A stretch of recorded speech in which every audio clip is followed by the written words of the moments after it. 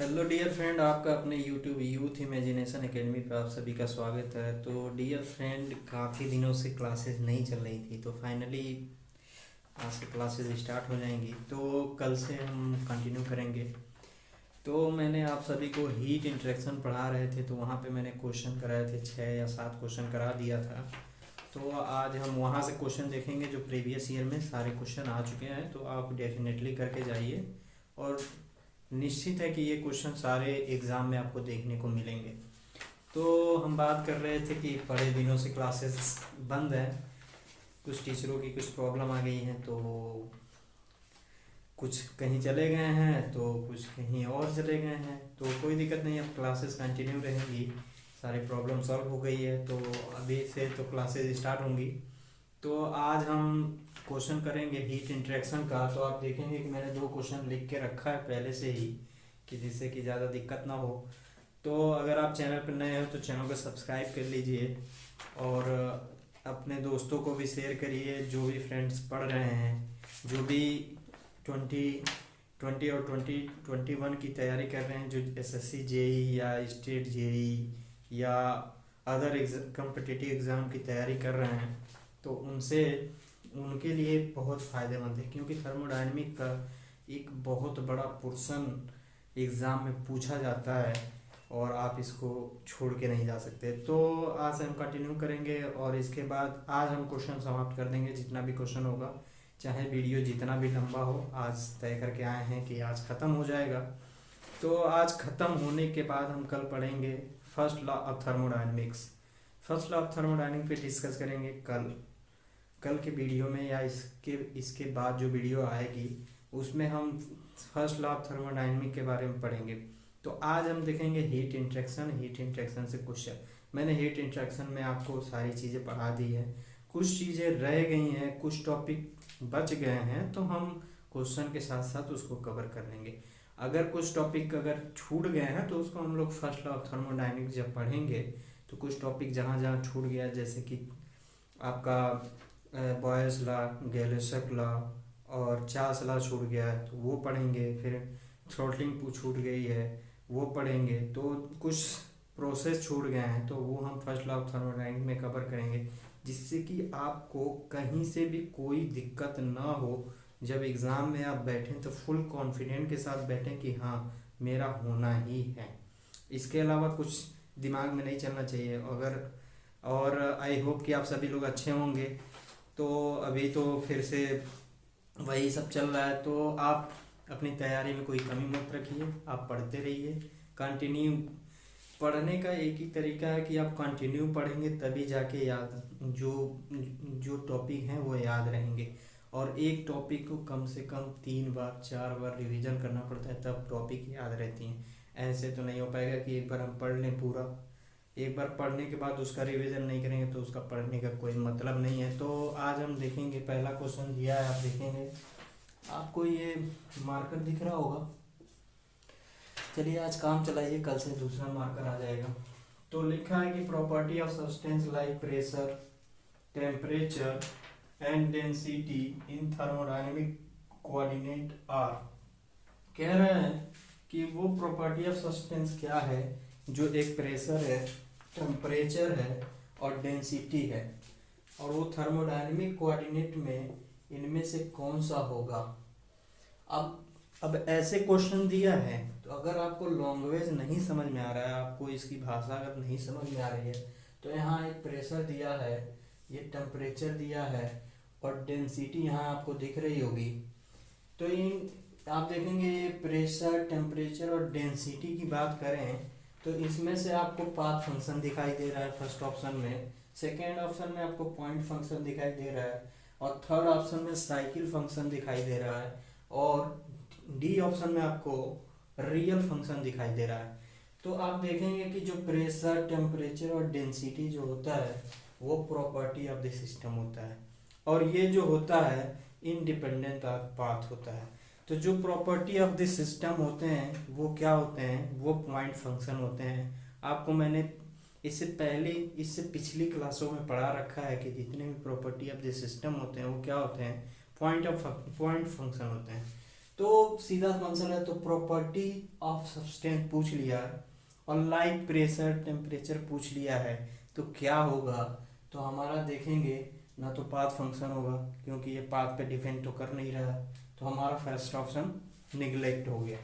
यहाँ आते हैं साइकिल फंक्शन। साइकिल फंक्शन क्या होता है कि एक एक साइकिल में अगर वो हो और वो साइकिल पे कांस्टेंट हो, जैसे कि हम ये पीवी डायग्राम में देखें, ये एक साइकिल हो गया, ये एक साइकिल यहाँ से शुरू हुआ और यहाँ पे ख़त्म हो गया, तो ये एक साइकिल हो गया और ये साइकिल का क्या वर्क डन क्या होगा, जीरो होगा।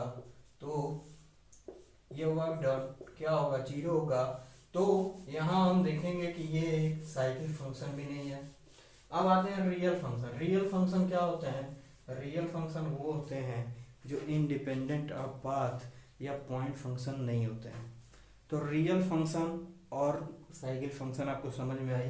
तो प्रेशर टेम्परेचर और डेंसिटी जहाँ दिखे और ऐसा पूछ ले कि property of the substance like, तो आपको पॉइंट फंक्शन याद रखना है। तो हमारा आंसर किसके साथ जाएगा, आंसर बी के साथ जाएगा, क्या होगा, पॉइंट फंक्शन होगा।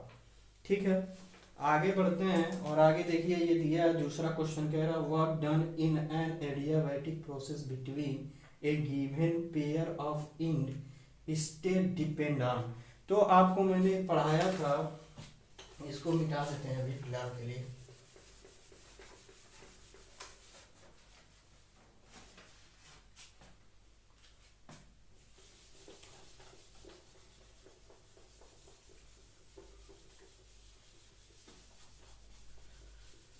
तो यहाँ देखिए कह रहा है कि work done in an adiabatic process between a given pair of end state depend on. ये देखिए एक पीवी डायग्राम है, दिखा, ये एक पीवी डायग्राम है, इस पे पी मान लीजिए, इस पे भी मान लीजिए, और ये एक एडियाबैटिक प्रोसेस है। तो जो मैंने बताया था कि एक स्टेट से दूसरे स्टेट में चला जाता है, change in state is called process. तो ये एक प्रोसेस हो गया, यानी P1 V1 से क्या हो गया, P2 V2 पे चला गया। तो P1 V1 से अगर P2 V2 पे चला गया तो इसका वर्क डन कितना होगा, इसका वर्क डन कितना होगा, तो W आप देखेंगे तो कितना होगा, P1 V1 माइनस के P2 V2 अपान के गामा माइनस 1, यही होगा। तो वर्क डन ये होगा।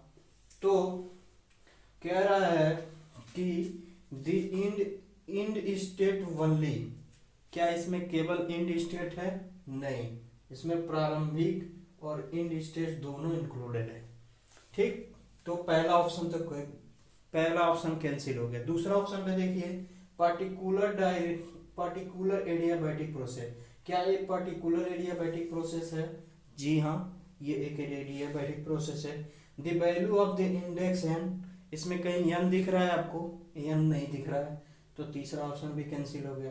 चौथा ऑप्शन देखिए the value of the heat transfer, adiabatic जो होता है उसमें हीट क्या होती है, कांस्टेंट होती है। हीट क्या होती है, कांस्टेंट होती है, हीट कांस्टेंट होती है। तो हीट का तो कोई मामला है नहीं, तो हमारा ऑप्शन बी के साथ जाएगा और ऑप्शन बी हो जाएगा पार्टिकुलर एडियाबैटिक प्रोसेस। बात इतनी सी समझ में आई आप सभी को। तो कुछ नहीं करना था, कह रहा था कि वर्क डन इन एडियाबैटिक, हमने वर्क डन निकाल लिया। Process between a given pair of end state to final, end state depend on end and final state, work done depend on end and final state, gamma minus 1 P1 V1 minus P2 V2 gamma minus 1। तो particular adiabatic process होगा ये, बस इतना से याद रखना है। हम नेक्स्ट क्वेश्चन पे चलते हैं और नेक्स्ट क्वेश्चन देखते हैं आपको क्या है।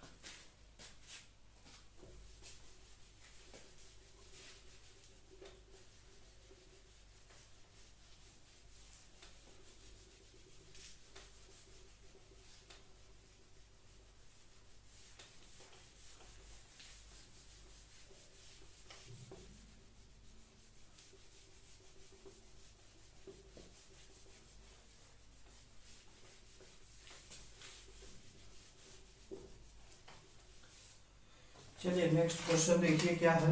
कह रहा है which is true for reversible polytropic process. कह रहा है, थर्ड क्वेश्चन है आपका, थर्ड क्वेश्चन दिख रहा है, ठीक है। कह रहा है कि which which is true which is true which is true for reversible पोलियोट्रोपिक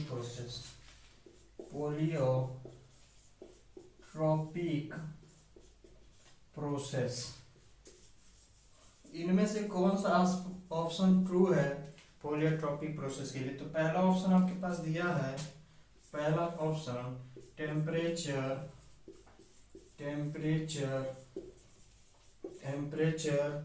remains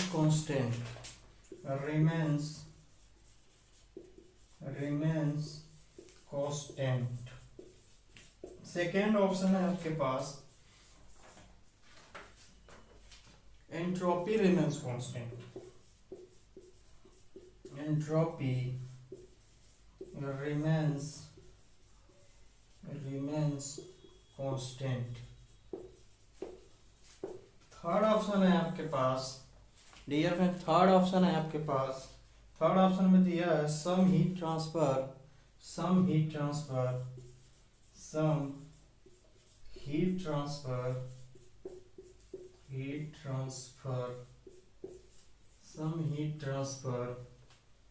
क्या some heat transfer take place. और डी ऑप्शन है आपके पास, डी ऑप्शन में दिया है enthalpy remains constant. Enthalpy remains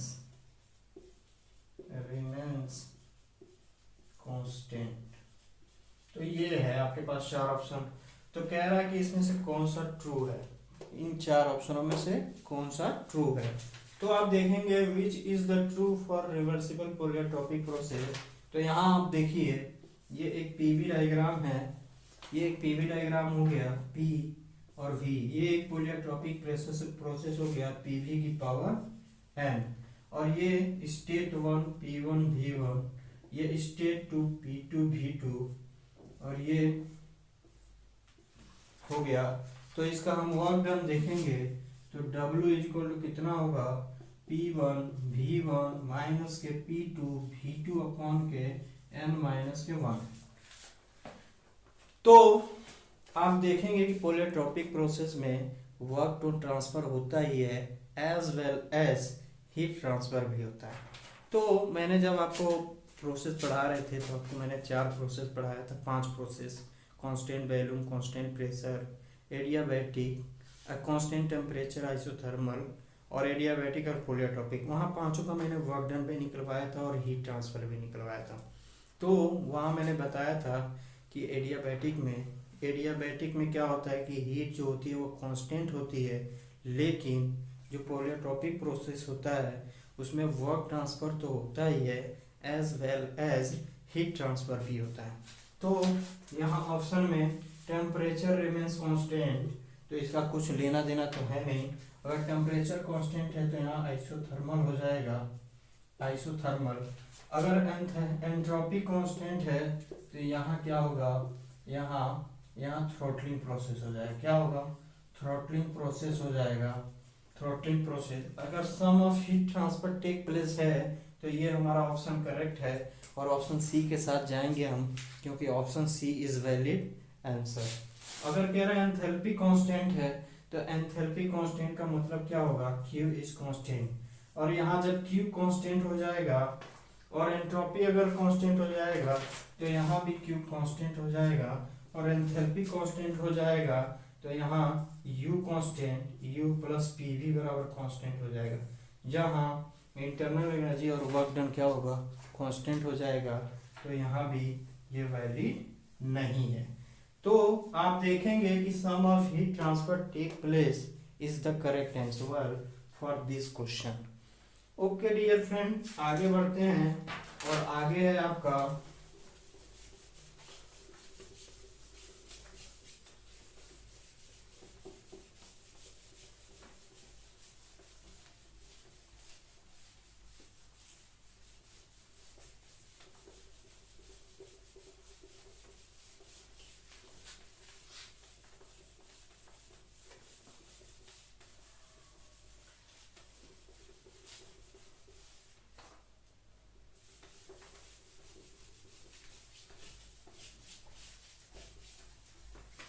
आगे बोल रहा है, आगे है change in enthalpy in close system is equal to, कह रहा है कि एंथैल्पी अगर चेंज हो रहा है क्लोज सिस्टम में तो किसके बराबर होगा। चौथा क्वेश्चन है आपका change in enthalpy change in enthalpy in close system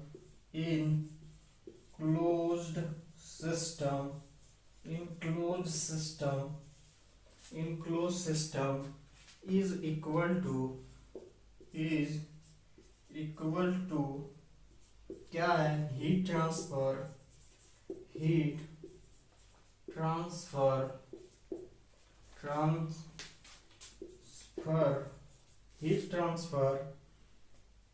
if the reversible process take place at constant heat transfer, if the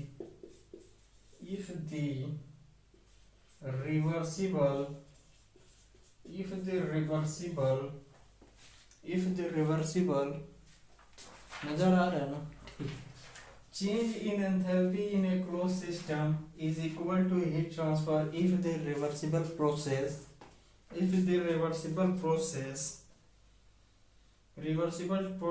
take place at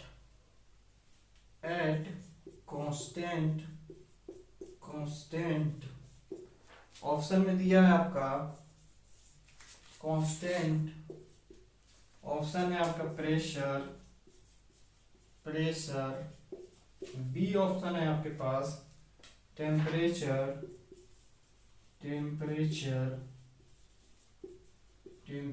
C option है आपके पास वैल्यूम एंड डी ऑप्शन है आपके पास internal energy.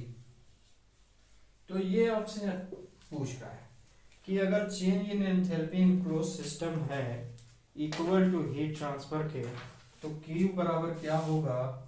तो Q बराबर आपको क्या पढ़ाया गया है, आपको एंथैल्पी नहीं पढ़ाया गया है, तो हम उसको फर्स्ट लॉ ऑफ थर्मोडायनेमिक्स में कवर करेंगे। तो अभी के लिए बस इतना जानिए कि Q बराबर U plus d P V होता है, ये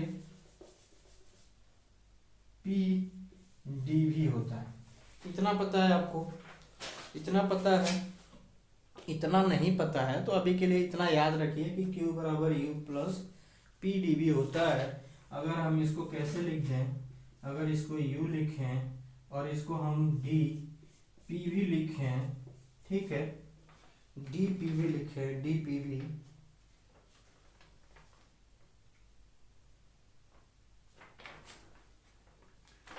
ये इसको डेल यू और इसको डेल क्यू लिखेंगे, ठीक। तो डेल क्यू बराबर del U plus P d V, ठीक, इतना लिख सकते हैं।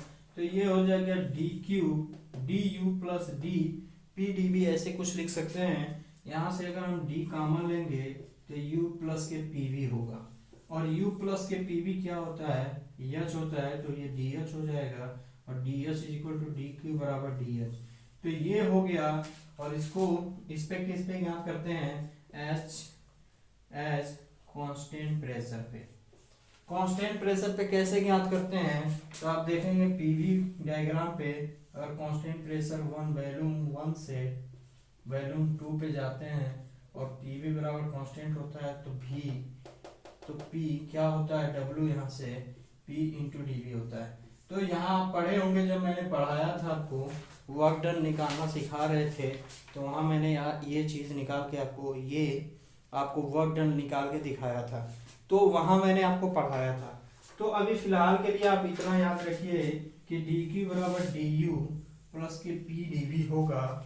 अगर पी डी वी होगा तो डी यू डी पी भी लिख सकते हैं, और डी यहाँ से दोनों में से कॉमन लेंगे तो यू प्लस पी वी लिख सकते हैं।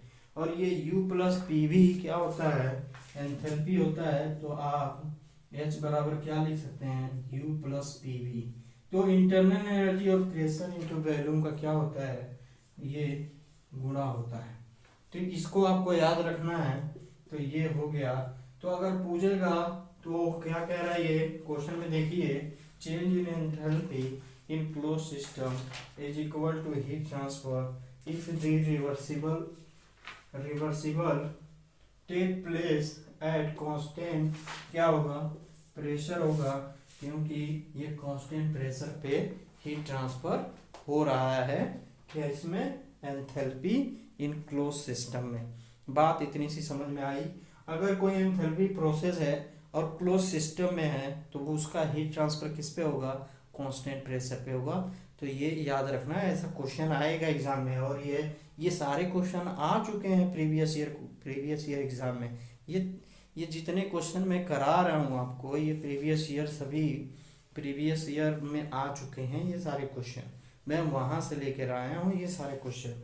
तो अगर कहीं एंथैल्पी दिखे और क्लोज सिस्टम दिखे, अगर पूछ ले कि हीट ट्रांसफर रिवर्सिबल में किस पे होता है, किस कांस्टेंट पे होता है, तो आपको प्रेशर याद रखना है कि एंथैल्पी, अगर एंथैल्पी और क्लोज सिस्टम हो तो उसमें हीट ट्रांसफर कैसे होगा, तो वो कांस्टेंट प्रेशर पे होगा। बात इतनी सी समझ में आई। बात इतनी सी अगर समझ में आई तो आगे बढ़ते हैं और आगे देखते हैं।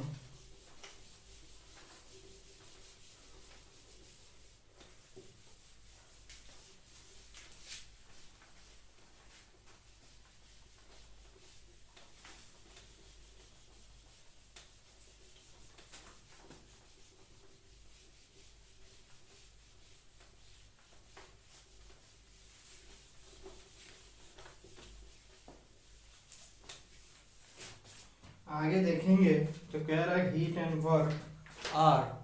मैंने ये क्वेश्चन इससे पहले भी करा चुके हैं, पर ये हीट इंडक्शन में ये क्वेश्चन आया हुआ है, कई बार रिपीट हुआ है, तो इसलिए मैं रिपीट कर दे रहा हूँ। तो हम पांचवा क्वेश्चन कह रहा है हीट एंड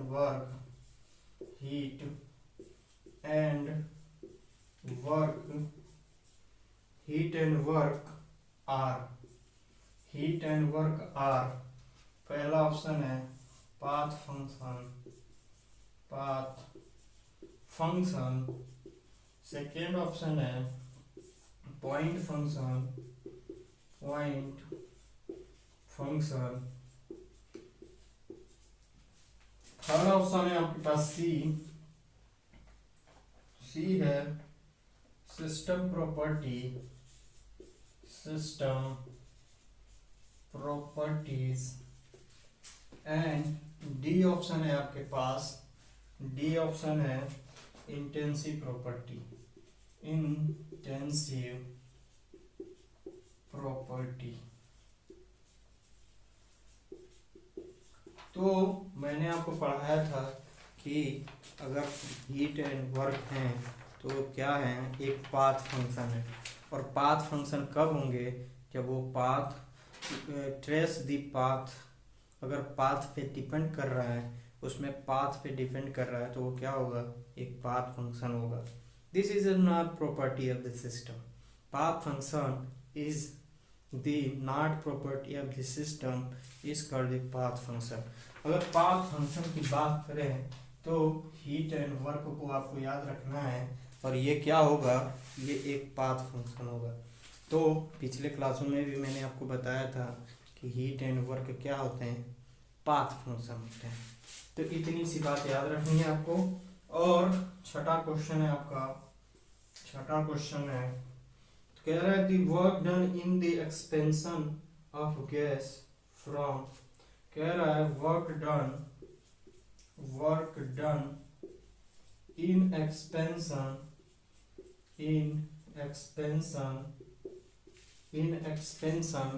कह रहा है work done in expansion of gas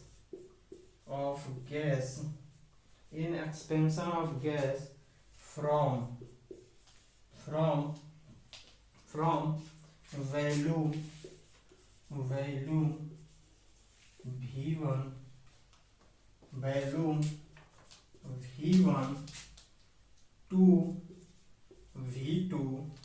V1 to V2 under constant pressure constant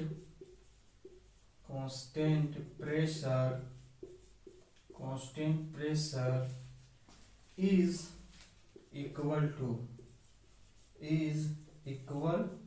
to.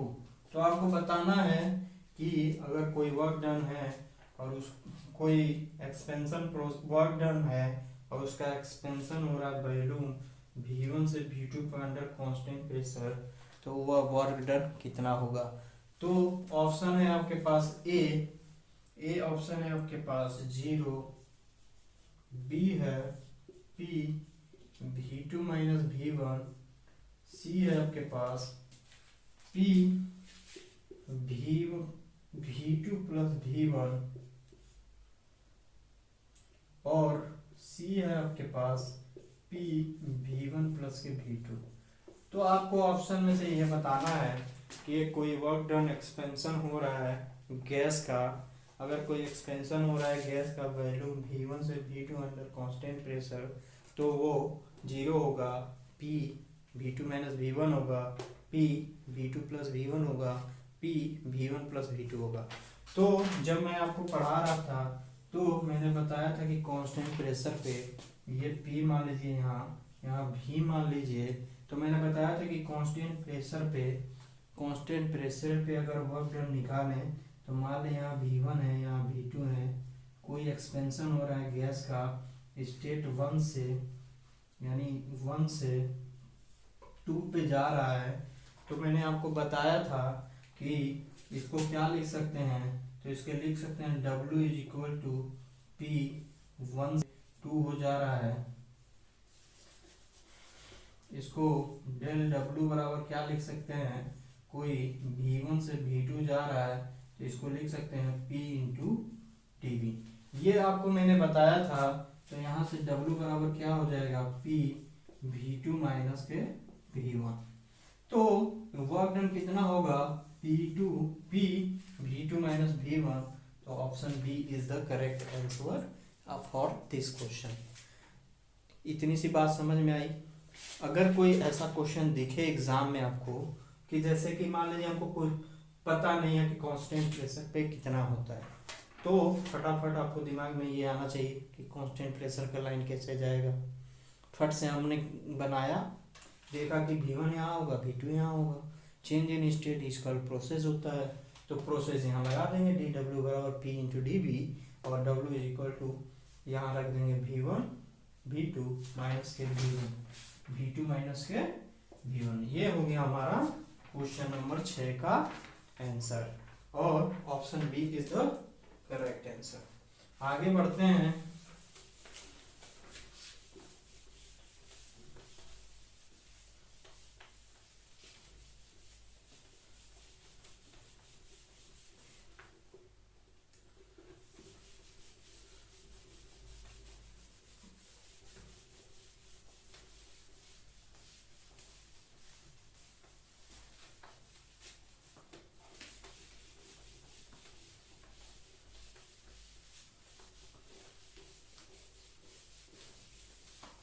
आगे है क्वेश्चन नंबर 7। क्वेश्चन नंबर 7 में क्या कह रहा है, क्वेश्चन नंबर 7 कह रहा है which of the following entities is not a thermodynamic property. कह रहा है कि which of the following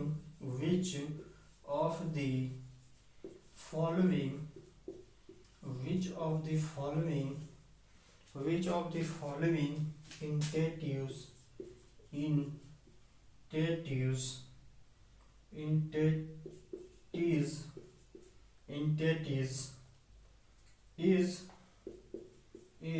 not thermodynamic property, is not thermodynamic properties।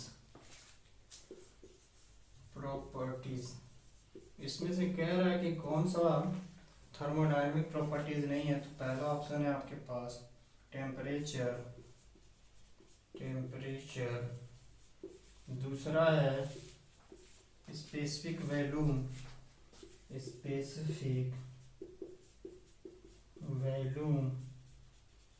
Third है आपके पास C heat, heat and D option है आपके पास प्रेशर। तो इसमें से बताना है कौन सा प्रॉपर्टी ऑफ द सिस्टम नहीं है, कौन सा प्रॉपर्टी ऑफ द सिस्टम नहीं है। तो मैंने बताया था आपको जो जो प्रॉपर्टी ऑफ द सिस्टम होते हैं वो क्या होते हैं, पॉइंट फंक्शन होते हैं। जो प्रॉपर्टी ऑफ द सिस्टम नहीं होते हैं वो पाथ फंक्शन होते हैं। जो जो प्रॉपर्टी ऑफ द सिस्टम होते हैं वो पॉइंट फंक्शन होते हैं। तो मैंने आपको प्रॉपर्टी ऑफ द सिस्टम लिखवाया था कि प्रेशर होता है, टेम्परेचर होता है, specific value, all specific heat जो होती है वो प्रॉपर्टी है, ऑल स्पेसिफिक वैल्यू जो होती है वो क्या होता है कि वो प्रॉपर्टी ऑफ द सिस्टम होता है। तो मैंने आपको वहाँ क्या प्रॉपर्टी ऑफ द सिस्टम में क्या बताया था कि टेम्परेचर होगा, प्रेशर होगा, स्पेसिफिक वैल्यूम होगी, आपका वैल्यूम होगा, ये क्या होगा, ये प्रॉपर्टी ऑफ द सिस्टम होगा। लेकिन बट हीट एंड वर्क जहाँ दिया हो क्वेश्चन में वो क्या होता है, पाथ फंक्शन होता है और वो प्रॉपर्टी ऑफ द सिस्टम नहीं। तो ऐसा कोई क्वेश्चन आएगा तो उसमें या तो हीट दिया होगा या तो वर्क दिया होगा और उसमें टेम्परेचर, प्रेशर, स्पेसिफिक कोई वैल्यू दी होगी। तो आपसे उसमें पूछेगा कि प्रॉपर्टी ऑफ द सिस्टम कौन नहीं है। तो उसमें पूछेगा आपको प्रॉपर्टी ऑफ द सिस्टम कौन नहीं है, तो आपको दो चीज़ें याद रखनी है। एक तो पाथ फंक्शन याद रखना है और पाथ फंक्शन में आपको हीट एंड वर्क याद रखना है। अगर हीट एंड वर्क आप याद रखते हैं तो हीट एंड वर्क से आपको बहुत सारे क्वेश्चन निकल के आएंगे। तो अगर ऐसा कोई क्वेश्चन दिखेगा तो आपको हीट एंड वर्क दिमाग में ठीक करना चाहिए कि हाँ हीट एंड वर्क क्या होता है, पाथ फंक्शन होता है और पाथ फंक्शन जो होता है वो प्रॉपर्टी ऑफ द सिस्टम नहीं होता है। तो यहाँ जो हीट दिया है ये क्या है, ये पाथ फंक्शन है, not a property of the system.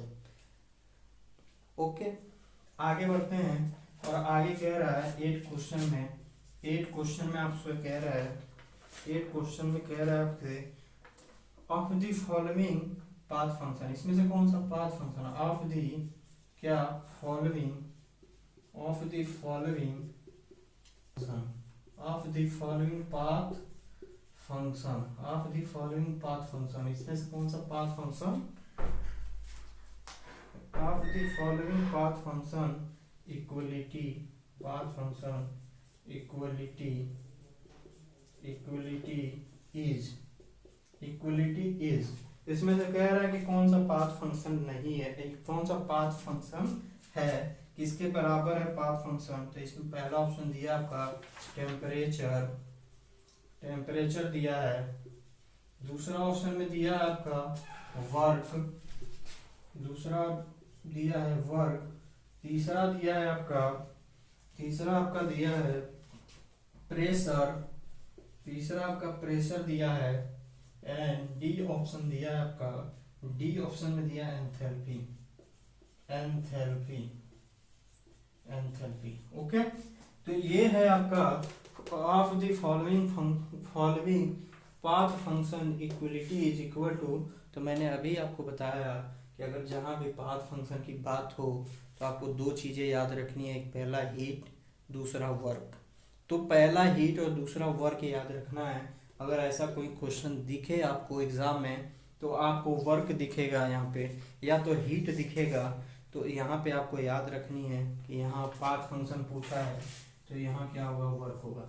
अगर यहाँ पे पाथ फंक्शन नहीं दिया होता और इसमें प्रॉपर्टी दी होती कि is not a property of the system तो आपको वर्क लगाना होता। जैसे इस क्वेश्चन में दिया था is not property of the system तो हीट था, यहाँ भी दे देता not a property of the system तो वर्क को मैं कंसीडर करता एज ए आंसर। ओके, आगे बढ़ते हैं। आगे है 9वां क्वेश्चन आपको दिया है, 9th क्वेश्चन कह रहा है ड्यूरिंग द थ्रॉटलिंग प्रोसेस, कह रहा है कि during the throttling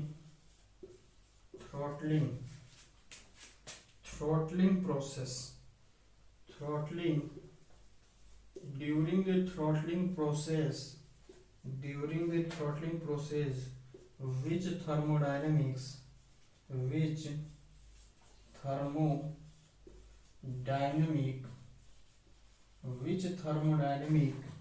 which thermodynamic properties which thermodynamic property does not change, does not constant या does not change, does not change। तो ये बताना है, मैंने आपको थ्रॉटलिंग प्रोसेस नहीं पढ़ाया।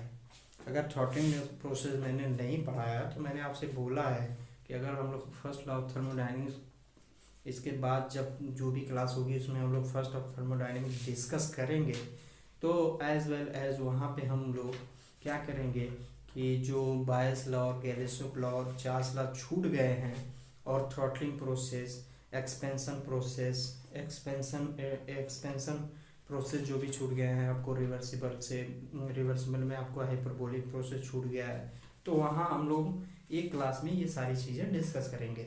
तो वहाँ मैं आपको बताऊंगा कि ये सारे प्रोसेस क्या होते हैं, इनमें कौन सा कांस्टेंट होता है, क्या नहीं होता है, कैसे हम इसको लिखेंगे, या कैसे हम इसको, इस पे अगर क्वेश्चन आएगा तो कैसे हम सॉल्व करेंगे। तो फिलहाल अभी के लिए ये हमेशा एनी ऐसा कोई एग्ज़ाम नहीं है कि जिसमें ये क्वेश्चन रिपीट ना हो। थ्रॉटलिंग प्रोसेस आता ही आता है और वहाँ पूछा जाता है कि इनमें से इसमें कौन सा जो प्रॉपर्टी है थ्रॉटलिंग प्रोसेस में वो कांस्टेंट होगी। तो यहाँ मैं आपको बताऊंगा, वो आपको एक चीज़ याद रखनी है, क्योंकि ये एक चीज़ें कई बार रिपीट होती है एग्ज़ाम में, डिफरेंट टाइप से क्वेश्चन पूछ लेगा और होगा आंसर एक ही। एंथैल्पी उसमें दिया होगा, और एंथैल्पी को आपको दिमाग में याद रखना है कि एंथैल्पी क्या होती है, कि डज नॉट चेंज होती है या कांस्टेंट होती है। तो अभी देखिए, अभी ये पहले टाइप से क्वेश्चन पूछा गया। अभी सेकंड में बता रहा हूँ कि सेकंड टाइप से कैसे पूछा जाता है। तो इसमें आपका पहला ऑप्शन है, पहले ऑप्शन की तरफ जाते हैं हम। कह रहा है कि एंथैल्पी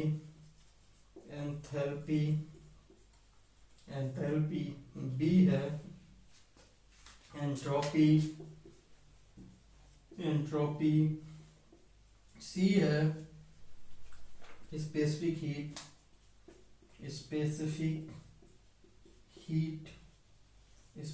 हीट, और डी है एनर्जी। तो ये आपको बताना है कि इनमें से ऑप्शन कौन सा होगा। तो सिंपल सा आपको याद रखना है, जहाँ भी थ्रॉटलिंग प्रोसेस दिख जाए आपको, जहाँ भी ये शब्द दिख जाए और पूछे कि इसमें से पूछ ले डज नॉट चेंज या कांस्टेंट पूछ ले कि कांस्टेंट क्या रहता है, तो आपको सिंपल सा याद रखना है एंथैल्पी। तो हमारा ऑप्शन ए जो होगा वो करेक्ट आंसर होगा। बात इतनी सी समझ में आ रही है।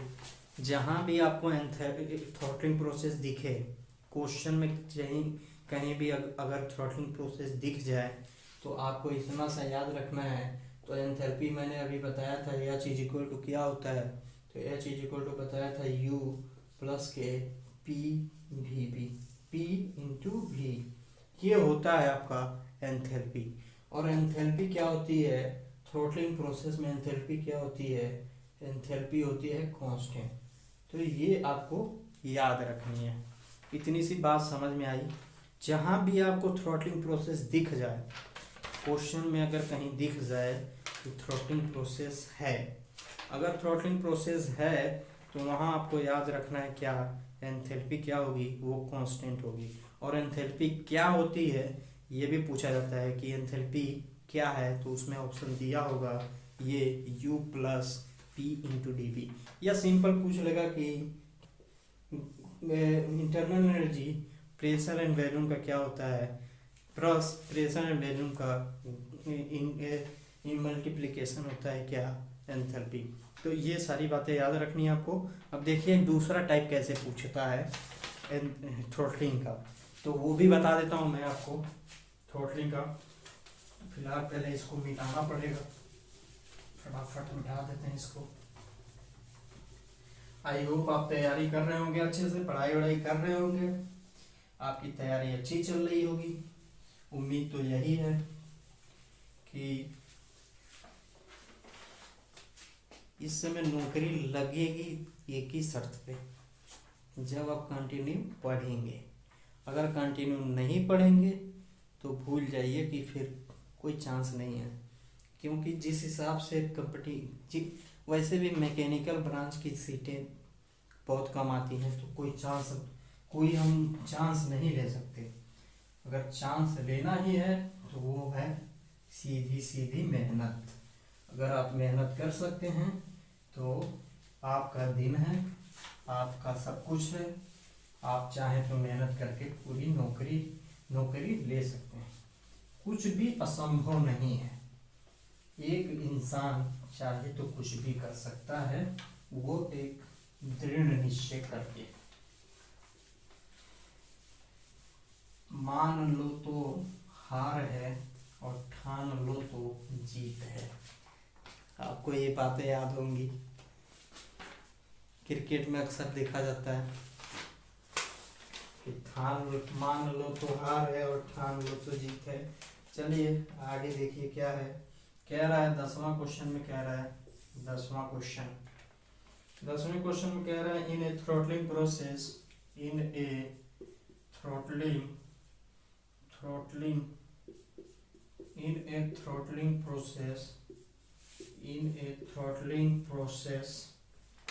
दिखा। इन ए थ्रॉटलिंग प्रोसेस, थ्रॉटलिंग दिमाग में क्लिक किया। अब देखो कैसे होता है ये। इन a throttling process the following देखो कैसे चेंज होता है। क्वेश्चन वही क्वेश्चन है और देखो कैसे चेंज होता है। ऑप्शन भी सेम है। Throttling process following thermo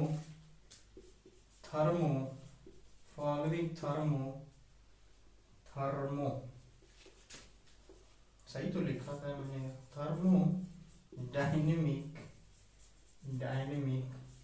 thermodynamic. देखो in a throttling process the following thermodynamic, ठीक। Property remains constant, property remains क्या होता है, कांस्टेंट होता है। तो देखो कैसे चेंज हो गया, देखो कैसे चेंज होगा क्वेश्चन। कह रहा है कि in a throttling process the following thermodynamic property remains constant. वहाँ क्या था, डज नॉट चेंज। यहाँ क्या है, रिमेन्स कांस्टेंट। सेम बात है। अब देखो ऑप्शन भी वही है। यहाँ ले लो एंथैल्पी, यहाँ ले लो एंट्रोपी, यहाँ ले लो क्या, प्रेशर, यहाँ ले लो हीट, हीट। अब बताओ, बोला था ना कि क्वेश्चन पूछेगा वही, बस क्या होगा कि कहने का तरीका अलग होगा। क्वेश्चन आता सेम है, पर कोई क्वेश्चन कहने का तरीका कुछ और होता सेम है। कोई क्वेश्चन कहने का तरीका कुछ और होता सेम आंसर है। यानी कई तरीके से घुमा फिरा के क्वेश्चन वही पूछा जाएगा, लेकिन होगा आंसर एक। आपको जो क्वेश्चन का टाइप है, पूछने का तरीका है, वो आपको समझ में आना चाहिए कि वो कहना क्या चाह रहा है। अगर वो क्वेश्चन घुमा रहा है तो वहाँ एक चीज़ पॉइंट होगी, ये थ्रॉटलिंग प्रोसेस आपको वहाँ दिखेगा। बिना थ्रॉटलिंग प्रोसेस के तो वो कोई क्वेश्चन बनाएगा नहीं, उसमें थ्रॉटलिंग प्रोसेस आपको दिखेगा। अगर कहीं थ्रॉटलिंग प्रोसेस आपको दिखा तो मतलब कि एंथैल्पी कांस्टेंट होगी। बाकी हमसे कोई मतलब नहीं है कि यहाँ क्या लिखा है। अगर यहाँ नॉट ए चेंज लिखा था, तब भी हम क्या लिखते एंथैल्पी लिखते। और कांस्टेंट लिखा है तो भी क्या लिखेंगे, एंथैल्पी लिखेंगे। तो ये दिमाग में फिट होना चाहिए कि अगर कहीं क्वेश्चन घुमा दे, अगर थोड़ा सा भी चेंज कर दे, तो हम रट्टा न लगा के जाके समझ के जाएं। कोई क्वेश्चन को एक बार पढ़ेंगे, 2 बार पढ़ेंगे तो अपने आप वहाँ से कुछ आउटपुट इनकम निकल के आता है। कि जैसे कि हम पढ़ते जा रहे हैं, कुछ प्रीवियस ईयर क्वेश्चन उठाइए, आप वहाँ से आप पढ़ेंगे तो कुछ तो आइडिया लगेगा कि हाँ क्वेश्चन किस हिसाब से पूछ रहा है। अगर क्वेश्चन का आइडिया लगेगा तो आप वहाँ से कर ले जाएंगे। तो अगर आइडिया लगाना ही है तो एक क्वेश्चन का कम से कम 3 बार पढ़िए। अगर एक बार पढ़ेंगे तो कुछ और आउटपुट निकलेगा, दूसरी बार पढ़ेंगे तो कुछ और, तीसरी बार पढ़ेंगे तो पूरा आउटपुट निकल के आएगा। तब आप अपने आप को उस लेवल पे लेके आ सकते हैं कि कॉन्फिडेंट भी आएगा और पढ़ने का मज़ा भी आएगा। तो आगे देखिए, तो हम यहाँ पे क्या आंसर कहाँ जाएगा, आंसर हमारा जाएगा कहाँ, किसके साथ, ऑप्शन ए के साथ, एंथैल्पी के साथ। हमारा 11 क्वेश्चन है, लास्ट क्वेश्चन है, बहुत अच्छा क्वेश्चन है। देखिए 11वां क्वेश्चन है, लास्ट क्वेश्चन।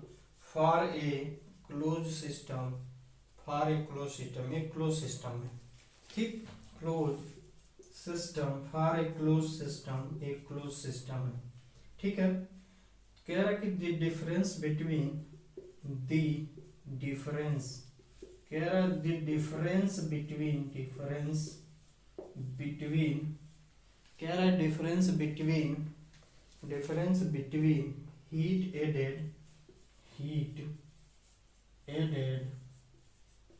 हीट एडेड कह रहा है कि heat added this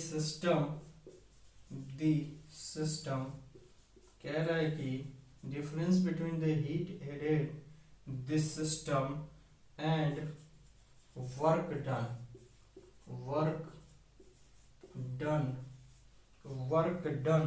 by the system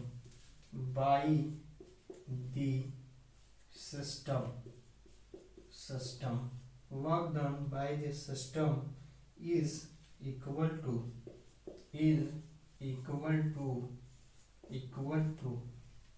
तो मैंने ये एक क्वेश्चन आपसे क्या पूछा है, फर्स्ट लॉ ऑफ थर्मोडायनेमिक्स का पूछा है। तो मैं सोचा कि आप लोग तो पढ़ ही रहे हैं तो एक क्वेश्चन इंक्लूड कर लेते हैं, और जो भी फर्स्ट लॉ ऑफ थर्मोडायनेमिक्स से रिलेटेड है हम उसको नेक्स्ट वीडियो में डिस्कस करेंगे, और ये चैप्टर यहीं पे समाप्त होता है। अगर कोई डाउट है तो कमेंट बॉक्स में डाल दीजिएगा। आई होप आपको समझ में आ रहा होगा, नहीं आ रहा होगा तो वो भी बताइएगा, फिर पढ़ाने का तरीका बदला जाएगा।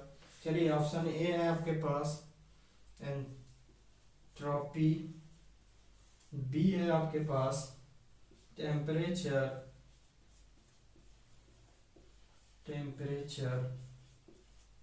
ठीक, सी है आपके पास internal energy, and D option है आपके पास एंथैल्पी। बात इतनी सी समझ में आई। कह रहा है कि for a close system the difference between heat added, देखिए ये एक सिस्टम है, यहाँ मैं हीट ऐड कर रहा हूँ Q, ये प्लस पे है, ठीक, और यहाँ इस सिस्टम के द्वारा क्या हो रहा है, तो ये प्लस का वर्क डन हो रहा है, सिस्टम द्वारा वर्क किया जा रहा है, सिस्टम पे वर्क नहीं किया जा रहा है, ठीक है, कोई दिक्कत नहीं। तो आप देखेंगे कि आपको जब फर्स्ट लॉ ऑफ थर्मोडायनेमिक्स पढ़ाया जाएगा तो यहाँ से आपको कहा जाएगा कि dq बराबर क्या होगा, u प्लस डेल डब्ल्यू होगा, कहा जाएगा। तो यहाँ प्लस ये भी है, प्लस ये भी है, ठीक, तो हम इसको इधर लाते हैं, डेल q बराबर माइनस के डेल डब्ल्यू बराबर du। तो ये आपसे कह रहा है, और du क्या है यहाँ पे, इंटरनल एनर्जी है। बात इतनी सी समझ में आई, ये सिस्टम है, इतनी सी बात समझ में आई। तो वही कह रहा है, for a close system the difference between heat added the system and work done by the system is equal to internal energy U। Finish. तो आपका ये चैप्टर समाप्त हो गया। अब हम नेक्स्ट क्लास में क्या डिस्कस करेंगे, नेक्स्ट क्लास में हम फर्स्ट लॉ ऑफ थर्मोडायनेमिक्स पढ़ेंगे। तो आप पढ़िए और नौकरी लीजिए। चलिए मिलते हैं नेक्स्ट क्लास में। तो अभी के लिए इतना ही। अगर आप चैनल पर नए हैं तो चैनल को सब्सक्राइब कर लीजिए और अपने दोस्तों को भी शेयर करिए कि जिससे कि आपका तो फ़ायदा हो, उनको भी फ़ायदा हो जो पढ़ाना तो चाहते हैं लेकिन उनके पास कंटेंट उपलब्ध नहीं है। तो हैव ए नाइस डे, मिलते हैं नेक्स्ट वीडियो में। Thank you.